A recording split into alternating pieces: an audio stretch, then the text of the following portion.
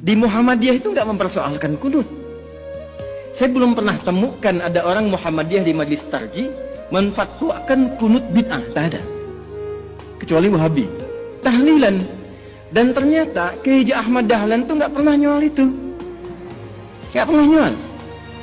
Dan saya telusuri di konfigurasi hukumnya itu, ternyata persoalannya bukan fikihnya.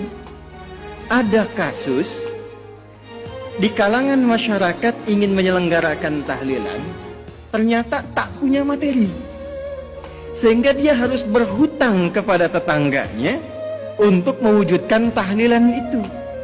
Maka keluarlah pertimbangan kalau tak punya uang, jangan dipaksakan sehingga berhutang. Bukan masalah tahlilannya. Cuman memang babnya belum selesai. Kalau memang tak punya uang, kenapa Anda tak pinjamnya atau berikan saja? Kan tuntas babnya.